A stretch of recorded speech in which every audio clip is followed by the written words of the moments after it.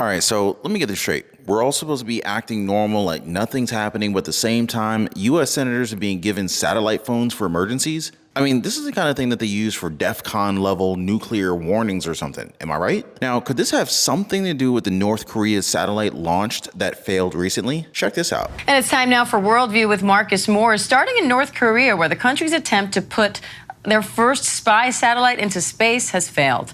This is a setback for leader Kim Jong-un, who's pushing to boost military capabilities as tensions with the U.S. and South Korea rise.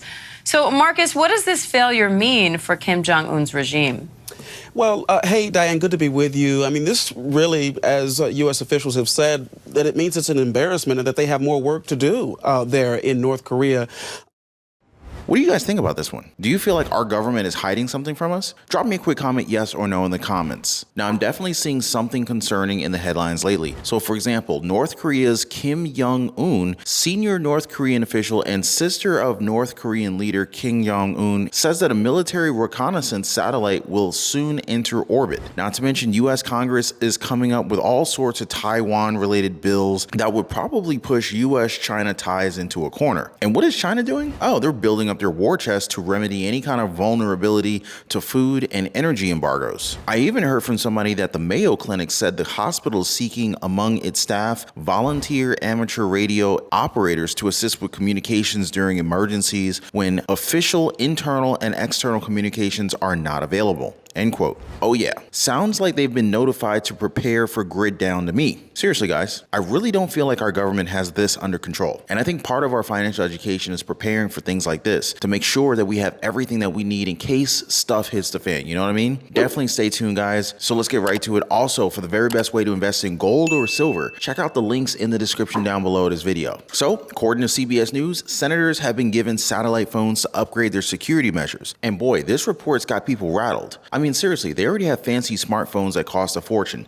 and now they need these clunky satellite phones? It's really a bit fishy if you ask me. There's always more to it. So let's take a look. It says right here, amid growing concerns of security risks to members of Congress, over 50 senators have been issued satellite phones for emergency communication. The satellite phone technology has been offered to all 100 senators, and at least 50 have accepted the phones, which Senate administrative staff recommended senators keep in close proximity during their travels. End quote. Now, as some people are taking this as a sign of something big that's happening on the horizon, maybe even an impending nuclear attack where these senators would be making important decisions while the rest of us won't even be able to call or send a text to our loved ones. In testimony before the Senate Appropriations Committee last month, Senate Sergeant at Arms Karen Gibson said satellite communication is being deployed to ensure a redundant and secure means of communication during a disruptive event. They're even calling it a security backstop in case of an emergency that takes out communication in parts of America. Now, they're also talking about man-made or natural disasters that could wipe out regular communication channels. And I don't know if you guys have heard about this, but some were theorizing that our regular cell phones are no longer safe to communicate on, that they've been turned into spy listening devices. Maybe by China? I don't know. Congress is implementing all sorts of security measures after the January 6th attack. Some of the things that they mentioned here, duress buttons, mail screening devices, and safety glass to reduce the risk of attacks. I wish we had one of these duress buttons whenever inflation gets uncontrollable, you know what I mean? Anyway, so according to Gibson, quote, their team provided initial physical security enhancements for 31 offices and improved existing security for 52 others in 2022. Maintaining security systems in good working order is a priority, and to support this effort, our team conducted over 622 service calls to maintain, repair, and to test and inspect state office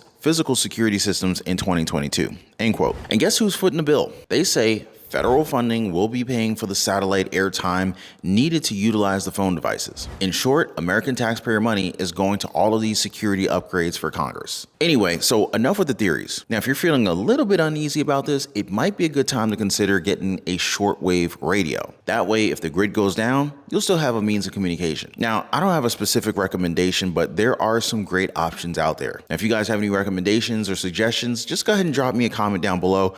That way we can compare our notes down there. Now, in any case, it's always smart to be prepared for emergencies. Talk to your family about rally points and make plans for how to communicate and where to meet if things go south. You know what I mean? Being ready just in case is a way better way than scrambling around when stuff hits the fan. You know what I mean? If this happens, and it might, our government's first priority may not be the American people, if you know what I mean. Looking at how they treat us right now, when it's time to run or evacuate to safety, I think that some or most of our elected officials would gladly leave the rest of the country to suffer the tragedy. Meanwhile, they'll use their satellite phones as their main method of communication to save themselves. What do you guys think? All I'm saying here, guys, is stay safe. Please stock up on materials any quantity you can. However dreadful or wonderful the future may be, let's make sure that our financial freedom family is prepared. Let's do everything that we can to get everybody ready. You know what I'm saying? Just some things to look out for and watch for on the horizon. North Korea official and sister of North Korean leader Kim Jong-un says a military reconnaissance satellite will soon enter orbit. Even though their satellite launch failed, Yo-jon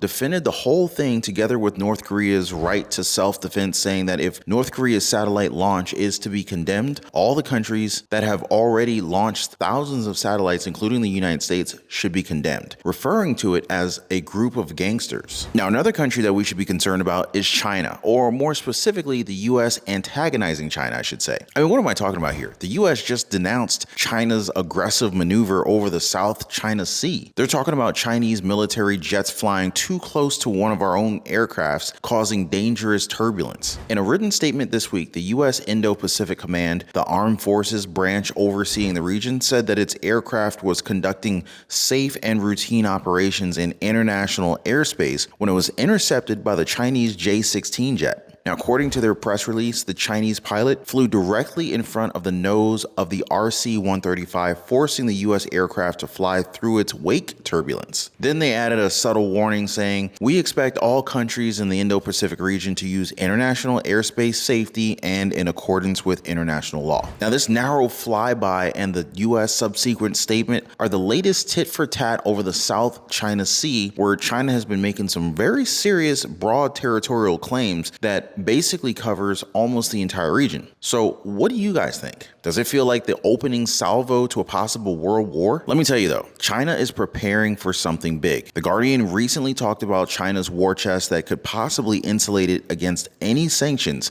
the financial or food that the United States and the West Coast could impose on it in case stuff hits the fan. And it says here, quote, "If China's economy is to withstand a military conflict with Taiwan and the inevitable sanctions that such an attack would trigger, it needs to ensure a stable supply of energy. That means fuel for the economy as well as the citizens who power it," end quote. And they've already started. So apparently Beijing is already trying to reduce its reliance on strategic rivals. China's orders for the U.S. corn in 2022 and 2023 are down 70% on the previous year. But where they are vulnerable is energy. Around 3/4 of China's crude oil is imported, mainly from friendly countries such as Russia and Saudi Arabia. Now, these countries aren't probably just going to go along with potential sanctions on Beijing. But the catch is that most of their crude oil is transported via seaborne tankers, which, by the way, are vulnerable to interception. Wink, wink. So anyway, Congress doesn't seem to mind legislating China into a corner. I mean, just take a look at all these crazy Taiwan-related bills lately. Now, if they're thinking that something could happen, then I would bet that they're planning on making it happen. It's definitely hard for us to trust any politician these days, you know? The U.S. House Select Committee on the Strategic Competition between the United States and the Chinese Communist Party recently adopted its first set of policy recommendations